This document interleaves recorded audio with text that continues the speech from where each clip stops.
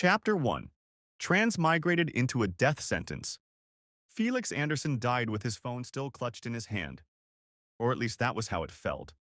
One moment he was slumped over his office desk at 2 in the morning, fluorescent lights buzzing like dying insects above him, an unfinished spreadsheet mocking him on screen. The next, cold. Not metaphorical cold. Real, bone-deep, soul-biting cold. Felix gasped. Air tore into his lungs as if he'd been drowned and dragged back to shore.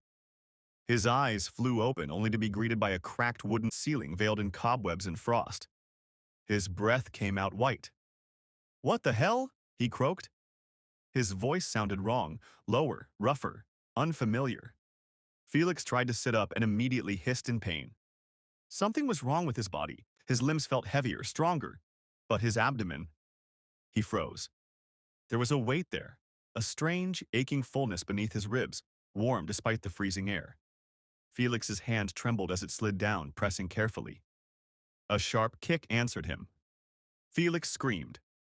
He scrambled backward, nearly falling off the narrow bed as memories slammed into his mind like a guillotine blade. George Vallon, Alpha Consort of the Enigma Emperor. Locked in the cold palace. Pregnant. No, absolutely not, Felix whispered hoarsely, breath hitching as another kick landed, unmistakable this time. Not one. 3. His vision swam. He pressed a hand over his mouth as nausea rose, not from pregnancy but from recognition. He knew this place. He knew this body. He knew this story. Felix Anderson, 28, overworked office employee, chronically single and shamelessly obsessed with BL novels, had read this one last month during a feverish weekend binge. A Crown of Ashes and Blood. A historical A/B/O tragedy. And George Vallon? George Vallon was the Alpha Consort who died halfway through the novel. Poisoned. Abandoned. Erased from history like a political inconvenience. Felix slid down the bed frame until he was sitting on the icy floor, back against the wall, laughing weakly. Of all the characters, seriously, you couldn't at least make me the villain with a long lifespan? Fragments of the novel replayed mercilessly in his mind. George Vallon, once a prince, once a general of a defeated northern kingdom, married off as part of a peace treaty to Emperor Conrad Valamul, an Enigma ruler feared across the continent. A political union, a loveless one, or so the narrative claimed. George was cold, distant, proud. The Emperor was colder. Then came the pregnancy twist, revealed only after George's death. Triplets. Future villains.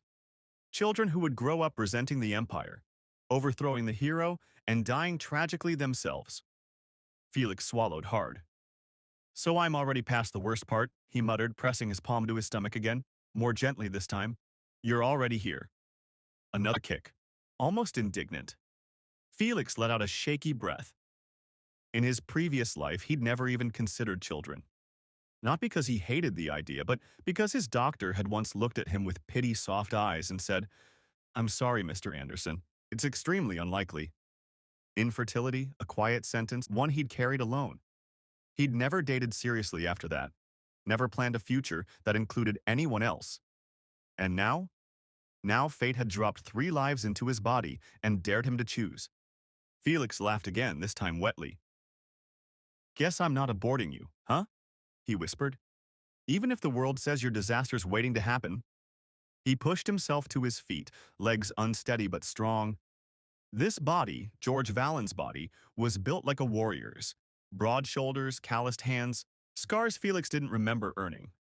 A mirror hung crookedly on the wall. He approached it slowly. The man staring back was beautiful in a sharp, dangerous way. Silver blonde hair spilling past his shoulders. Pale skin made paler by the cold. Steel gray eyes, tired, wary, intelligent. George Vallon had been described in the novel as aloof. Felix saw something else. Someone waiting to be heard again. "Well," Felix said to his reflection, lips curling despite everything. "Congratulations, George. You're stuck with me. And I'm a menace." Memories of the cold palace surfaced next. Neglect, isolation, sparse meals, broken heating arrays, guards who pretended not to hear him. This was not punishment. This was protection, though the novel never framed it that way. Felix frowned. Something about that always bothered him when he'd read it. Emperor Conrad Valemont was cruel, yes, but meticulous, strategic. Why lock a consort away instead of executing him outright? Felix wrapped himself in a thin cloak and stepped outside. The cold palace courtyard was silent, blanketed in frost. Dead lotus leaves crumbled under his boots. The air smelled of iron and snow. As he walked, another presence stirred. High above, beyond the broken walls, Emperor Conrad Valemont stood on a balcony of black stone, hands clenched behind his back. His Enigma senses screamed. George was awake, alive, and hurting. Conrad closed his eyes briefly, jaw tightening. He could feel the pull, sharp, aching, intimate. A bond he refused to name. "Your Majesty," a shadow whispered behind him. "Shall we—" "No," Conrad said quietly. "Not yet." He watched the lone figure in the courtyard below, silver hair catching moonlight like a blade. If the court knew George was pregnant, they would devour him.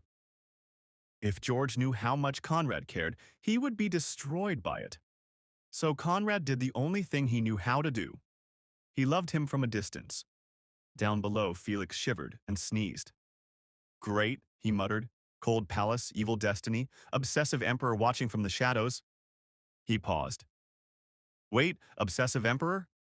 Felix straightened, spine stiffening with resolve. "All right," he said softly, hand resting over his stomach. "New rules." He would not trust the emperor. He would not reveal the pregnancy. He would not die quietly like George Valen did. He would adapt, survive, escape if necessary. And if the world insisted on calling his children villains. Felix smiled, sharp and unapologetic. "Then I'll raise them to be disasters with morals." Far above, Emperor Conrad Valemont felt the sudden, unfamiliar sensation of fear. Because the man in the cold palace, the one he loved more than his own life, had finally opened his eyes. And fate had just begun to unravel. Chapter 2. Gold Hidden Beneath Ice.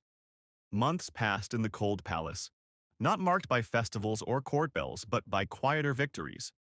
George Valen did not wither the way the palace expected him to. Instead, he adapted. Felix Anderson had spent years surviving corporate politics, deadlines, and underpaid labor with a smile sharp enough to pass as politeness.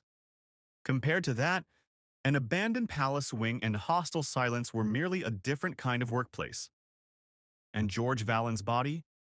It remembered how to survive far better than Felix ever had. The Alpha consort rose before dawn every day. He wrapped himself in layers, tied his silver blonde hair back, and turned the cold palace into a workshop. The first thing he sold was calligraphy. George's handwriting was famous in the capital. Sharp, commanding strokes once used to draft military orders and royal decrees. Felix refined it, softened the edges, turned it elegant enough to pass as art. Poetry commissions were smuggled out through servants who pretended not to see. Talismans, letters written in the hand of a fallen prince. They sold well. The second thing he sold was far more dangerous. Knowledge. At night by lamplight, George sketched military formations on discarded parchment. Formations the Northern Kingdom had once used to dominate mountain warfare and frozen terrain. Defensive spirals, ambush corridors, supply routes designed to survive sieges that lasted years. He never signed his name. He didn't need to. Those who knew, knew. And helping him was the one person who never betrayed him. Leo Astoria. Leo was an Omega. Slender, sharp-eyed, with dark curls always tied back in a posture too disciplined for a servant. He had once been George's guard before the marriage treaty, sworn to follow him even into enemy territory. Which, Felix supposed, this palace technically was. Leo handled the logistics. He bribed the right hands, frightened the wrong ones, and knew exactly how to move coin without attracting attention. "You realize," Leo said one evening, counting silver behind a loose floor tile, "that if they discover you're selling this kind of information, they'll accuse you of treason." George lounged against the bed, one hand idly resting over his abdomen, eyes half-lidded. His stomach was unmistakably rounded now. hidden beneath heavy robes, but impossible to ignore when alone. They already think I'm useless, George replied lazily. Useless men don't get accused of treason. They get forgotten. Leo snorted. You're neither. George smiled thinly. Exactly why I'm careful. It was Leo who first noticed the inconsistencies. The concubine, he said quietly one morning while warming tea. She should have arrived by now. George paused mid-sip. In the novel, Emperor Conrad Valamont's beloved concubine entered the palace during winter. Her pregnancy followed soon after. Her child, the destined hero, was the axis upon which the entire plot turned. But winter had come and gone, and there was no concubine. No procession, no gifts, no whispers, Leo continued. It's as if she never existed. George's fingers tightened around the cup. And the child? He murmured. Any rumors? Leo shook his head. None. George leaned back, heart pounding. The story wasn't just cracked. It was bleeding. That night, the cold palace gates opened without warning. George sensed it before he heard it.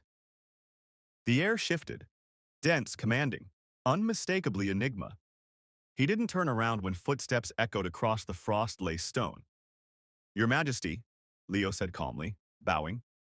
Leave us, Emperor Conrad Valamont ordered. Leo hesitated, just a fraction, then obeyed. The Emperor stood several steps away, cloaked in black, crown absent, but authority saturating the space. His presence pressed against George's senses like a storm held back by iron restraint. Cold palace suits you, Conrad said coolly. George turned slowly, eyes bright with mockery. Your Majesty visits so rarely, he replied sweetly. I assumed you'd forgotten where you locked me. Silence. Conrad's gaze flicked, not George's face, but to his abdomen. Just for a second. George noticed. His smile sharpened. Oh? He drawled. Don't tell me you finally noticed I'm alive. Conrad stepped closer. The frost beneath his boots cracked. You are under imperial protection, he said. Mind your tongue. George laughed. A soft, derisive sound. Protection, he echoed. Is that what exile is called now? Conrad's jaw tightened, but he did not raise his voice.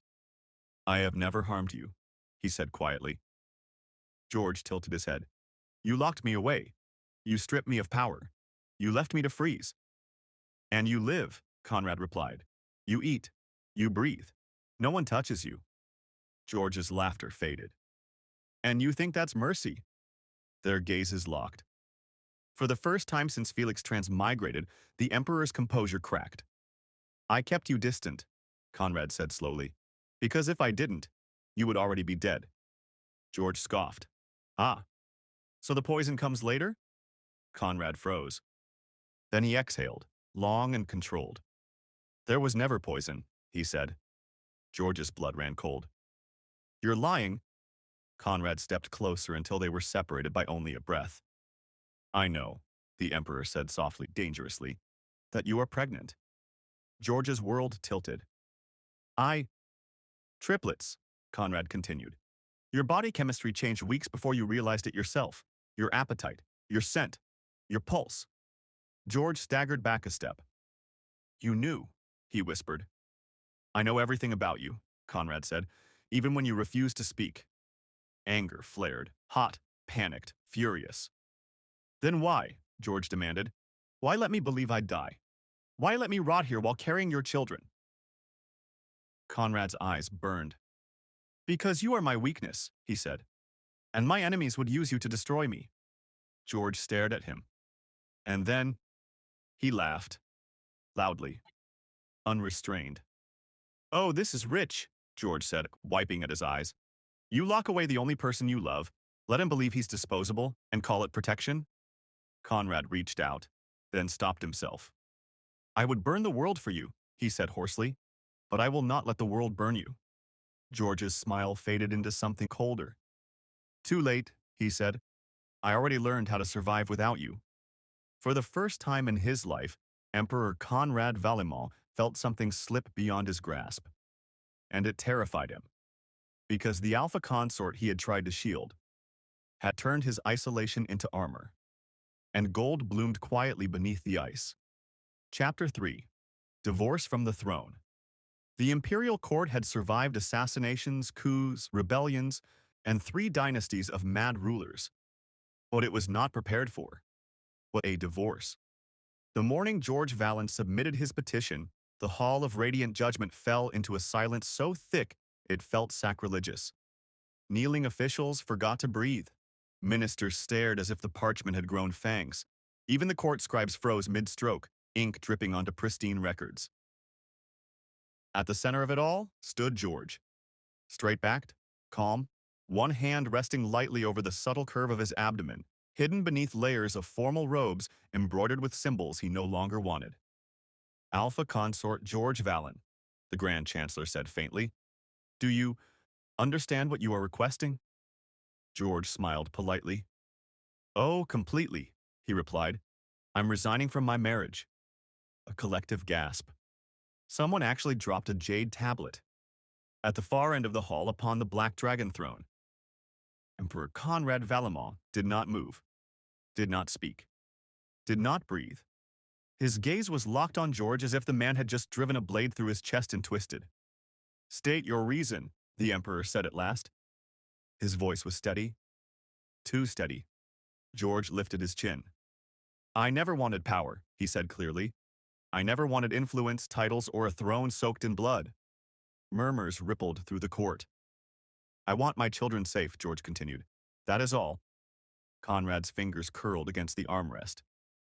You have everything, the Emperor said quietly. Name what you lack. George laughed. A soft, humorless sound. Freedom, he answered. Silence fell again, this time heavier. George turned, eyes sweeping across the ministers, the nobles, the men who whispered behind fans and plotted behind curtains. You fear me, he said calmly. You fear what I might give birth to. You fear my past as a general. You fear my future as a consort. His gaze returned to Conrad. And you, George said gently, cruelly, fear loving me. Something broke. Conrad rose. The sound of the throne shifting echoed like thunder. There will be no divorce, the Emperor said. His Enigma pressure flooded the hall, oppressive, overwhelming. Several officials dropped to their knees outright. I refuse, Conrad continued. This discussion ends now. George blinked, then sighed. Well, he muttered, worth a try. Leo Astoria, standing discreetly among the attendants, covered his mouth to hide a grin. The court was dismissed in chaos. That night, the palace locked down. Every gate sealed. Every passage guarded. Patrols doubled, then tripled. It was no longer a palace. It was a cage. George stood by the window of the cold palace, arms crossed, watching torches burn through the darkness. He's lost his mind, Leo said, slipping into the room. The Emperor, I mean. Even the inner palace is sealed. George snorted. How romantic. Leo glanced at George's abdomen. We can still try. George considered it, and then nodded. They tried at dawn. Disguised in servant robes, slipping through a drainage corridor Leo had memorized years ago, George moved slower now. Pregnancy weighed on him, the triplets restless as if sensing danger. They almost made it. Almost. A shadow dropped from the wall. Steel flashed. Calix Orlean, the Emperor's personal guard, landed silently before them, sword already drawn. Consort, he said evenly, eyes flicking to George's stomach. Please return. George stared. You brought your attack dog? He called toward the rooftops. Really, Conrad? The Emperor emerged moments later, cloak billowing, expression torn between fury and terror. You're running, Conrad said. George crossed his arms, observation skills intact. You could have fallen, Conrad snapped. You're carrying... My children, George cut in sharply. Not your leverage. Conrad froze. The Enigma bond surged, raw, panicked. He could feel them. 3 heartbeats, fragile, alive. His voice dropped. You are not leaving. George stepped closer, eyes blazing. You do not own me, he said. Not my body, not my future. Conrad's composure shattered. I cannot lose you, he confessed hoarsely. Do you understand that? I've already altered the Empire for you. I erased threats before they were born. George stilled. What? Later that day, while escorted back, gently, infuriatingly gently, George received confirmation. The so-called beloved concubine. She existed, just not here. She is Lord Renwick's wife, Leo reported, eyes wide. Married for years, never entered the palace. George sat down slowly, then laughed. He laughed until his sides hurt and tears blurred his vision. The hero, he breathed. There is no hero. The plot wasn't broken. It was gone. His children. George pressed a trembling hand to his stomach. They're free, he whispered. From the doorway, Emperor Conrad watched him and realized with terrifying clarity, George wasn't trying to escape the palace. He was trying to escape fate. And Conrad? Conrad would rather burn destiny to ash than let the man he loved walk away from him again. Chapter 4. Confession. Drenched in blood and truth. Blood stained the snow first. It bloomed red against white stone like a cruel flower, splattering across the cold palace courtyard just as George Vallon stepped outside for air. The first arrow missed him by a hair's breadth. The second never reached him. Steel rang sharply as a black-cloaked figure was thrown aside with bone-crushing force. A blade flashed, a scream cut short. And then, the world slammed into iron and shadow. George felt himself yanked backward, a powerful arm wrapping around his torso, another shielding his head as something explosive shattered against the wall where he'd been standing a heartbeat earlier. Down! The command was not loud, but it was absolute. Emperor Conrad Valamon moved like a force of nature unleashed. His Enigma presence detonated outward, raw and terrifying. The air itself screamed. Assassins hidden among the rooftops were dragged into visibility by sheer pressure alone, their knees buckling, blood streaming from ears and noses. George barely had time to process it before Conrad shifted, positioning his own body fully in front of him. A blade pierced Conrad's shoulder. George felt it. The bond, unacknowledged, unnamed, screamed through him like fire. Conrad! The Emperor didn't even flinch. He tore the assassin apart with his bare hands. It was over in minutes. When the last body hit the ground, the courtyard fell into silence, broken only by George's ragged breathing. Conrad turned slowly. Blood soaked his sleeve. His eyes, usually restrained, calculating, burned like a star dragged too close to the earth. George stared at him, shaking. You got stabbed, he said faintly. Conrad reached out without thinking, then stopped, hands trembling. You're unharmed, he said hoarsely. Good. That was it. That was the moment, George snapped. You idiot, George shouted, storming forward. You absolute, brainless, self-sacrificing, do you have any idea? His voice broke. You said you were protecting me by locking me away, George screamed, and now you jump in front of blades like you're disposable. Conrad caught his wrist gently, grounding him. I would rather die, Conrad said, voice low and raw, than watch you bleed. George froze. Something in Conrad's eyes finally gave way. Do you know why I did it? Conrad asked. Why I let you hate me? George laughed hysterically. Oh, please enlighten me, because right now I'm torn between crying and strangling you. Conrad closed his eyes. I loved you before you ever entered this palace, he said. The words fell heavy, final. I orchestrated our marriage, Conrad continued. I chose you, I needed you, and not for politics. George's breath hitched. After the treaty, Conrad said, my spies uncovered a conspiracy, my step-siblings, the noble factions backing them. Their plan was simple. His grip tightened slightly. Kill you, frame you, use your death to ignite rebellion and take my throne. George went cold. So I erased you from sight, Conrad whispered. I locked you away where I could see every breath you took, where no one could touch you without my knowledge. And let me believe I'd die, George snapped bitterly. Yes, Conrad said, because hatred in your eyes was something I could survive. He looked at George fully then, unguarded, unarmored. Your death would have destroyed me. Tears slid down George's face before he realized they'd fallen. You think that was love? He whispered. I know it was, Conrad said. Because I destroyed an entire future for you. George stiffened. The poison, Conrad continued. The abandoned consort, the forgotten death? He shook his head. It never existed, not anymore. George's knees weakened. The moment I married you, Conrad said, the future changed. The truth hit like a tidal wave. All the fear, all the paranoia, all the running. George laughed weakly through tears. You're insane, he whispered. Conrad smiled faintly. For you, completely. Nearby, Leo Astoria watched from the shadows, held gently by a firm arm. You're bleeding, Leo muttered. Calix Orlean, Emperor's personal guard, glanced down, unfazed by the cut on his cheek. You should be running, Calix said. Leo snorted. And miss this confession? Absolutely not. Calix huffed softly, tightening his hold just enough to be noticeable. You're fearless. No, Leo replied. I just trust the right monsters. Back in the courtyard, George finally exhaled. You're telling me, he said slowly, that you became the villain in my eyes. On purpose. Yes.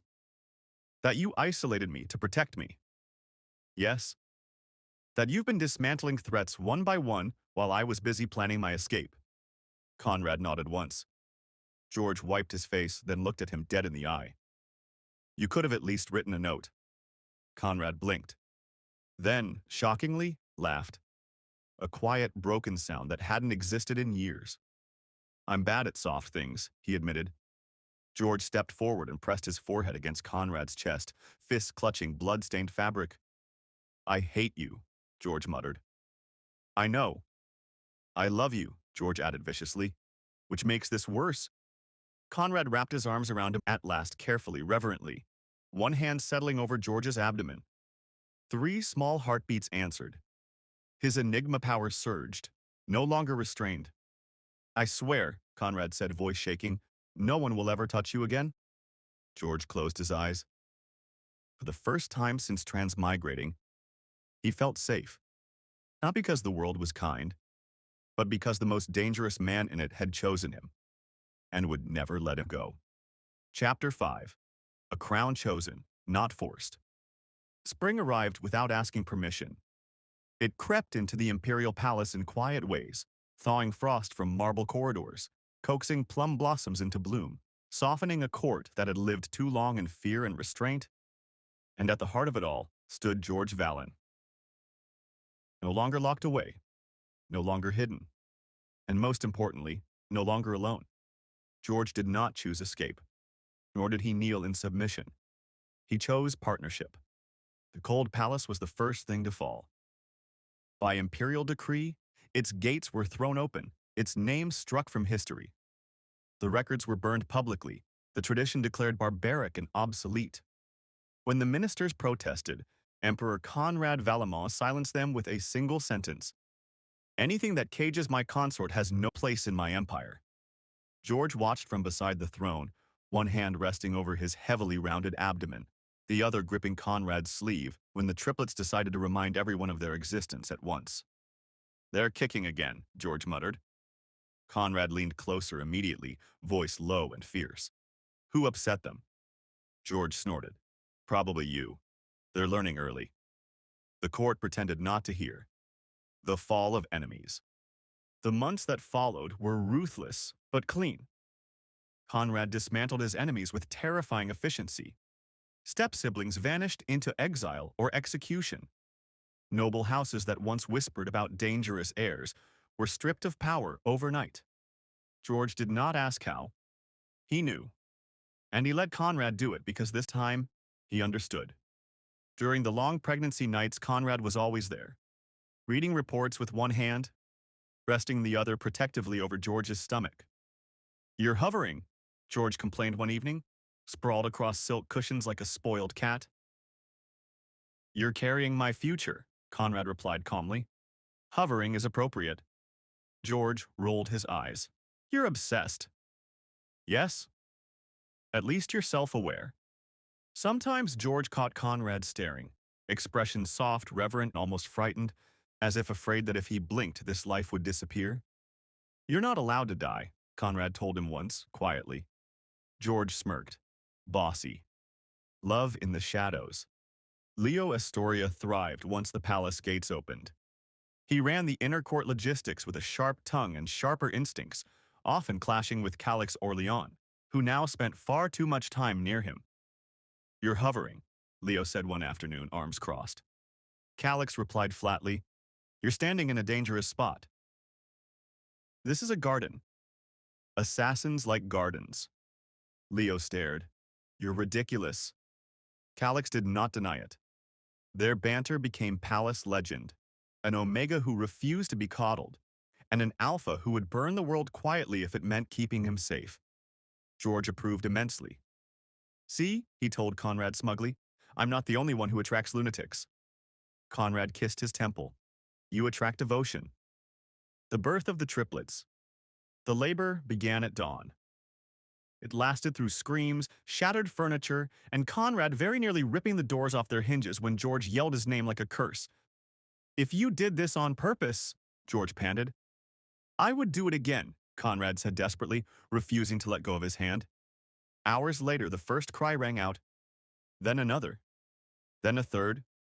3 lives, 3 heartbeats, 3 futures no longer written in blood. The healers bowed, exhausted and smiling. Your Majesty, one said, they are strong. George wept openly. Conrad held him like he might fall apart if he loosened his grip. The children were named that same night. Aurelian Valamont, the eldest, quiet-eyed and observant. Calum Valamont, fierce, loud, and already demanding. Elian Valamont, gentle, warm, fingers curled around George's thumb. George stared at them in disbelief. They're not villains, he whispered. Conrad kissed his knuckles. They're ours. A crown chosen. George never took the throne. He did not need it. Instead, he ruled the inner court, reforming laws, protecting consorts, dismantling cruel traditions with merciless precision and sharp humor. Ministers learned quickly. The emperor was terrifying. The consort was worse because he smiled while destroying corruption. Laughter returned to the palace. Music echoed again. Children played in halls once soaked in silence. At night, Conrad held George close, obsession no longer restrained. You chose me, Conrad murmured. George smirked. I chose survival. You came with benefits. Conrad smiled into his hair. You are my crown. George closed his eyes, triplets asleep between them. For the first time, the story ended not in tragedy, but in choice, in love, and in a future no longer dictated by fate, but claimed willingly, fiercely, and forever. Side story, Blades and Bonds. Calix Orlean had never disobeyed an imperial order in his life. He had killed on command, guarded in silence, stood unmoving for days if the emperor wished it. So when he stepped out of formation and said calmly and without hesitation, No, the entire corridor froze. Leo Astoria turned slowly, disbelief written all over his face. Did the emperor's personal guard just say no? Leo asked mildly. Calix didn't look at him. His hand rested on the hilt of his sword, posture relaxed but lethal, eyes locked on the imperial messenger who had just delivered the order. Repeat the command, Calix said. The messenger swallowed. Omega Astoria is to be confined to the eastern wing for questioning. Leo raised a brow. Confined? How polite. Usually they skip straight to accusations. Calix's jaw tightened. No, he said again. The messenger's face drained of color. Captain Orlean, this is... I will take responsibility, Calix replied. Leave. When the corridor finally emptied, Leo let out a low whistle. Well, he said, folding his arms, this is new. Should I be flattered or concerned? Calix finally turned to him. Both, he said simply. Leo stared, then laughed. Oh, you are dangerous, Leo said, grinning. Defying orders for an Omega? That's practically a love confession. Calix stiffened. Do not misunderstand. Leo stepped closer, eyes sharp but curious. Then explain. Calix exhaled slowly. I protect what matters to the Emperor, he said. You matter to consort, George, therefore, you matter. Leo blinked. You're terrible at romance. I am not attempting romance. That's worse. They walked together through the palace garden, silence settling comfortably between them. Calix adjusted his pace unconsciously to Leo's. Leo noticed. He always noticed. You know, Leo said lightly, George thinks you're terrifying. Calix nodded. I am. He also thinks you're painfully obvious. Calix paused. About what? Leo smirked. About hovering? I do not hover. You followed me from the kitchens to the archives. They are unsafe routes. Leo stopped walking. Calix stopped immediately. Calix, Leo said quietly, are you protecting me because you want to? Or because you've decided it's your duty? Calix met his gaze. For the first time, he said, I do not know the difference. That honesty hit harder than any confession. Later that night, danger came without warning. A shadow slipped through the inner court, too skilled, too quiet. Leo sensed it a second too late. Steel flashed. Calix was there before fear could bloom. The assassin never touched Leo. Calix's blade ended it in one clean strike. Blood soaked into the stone.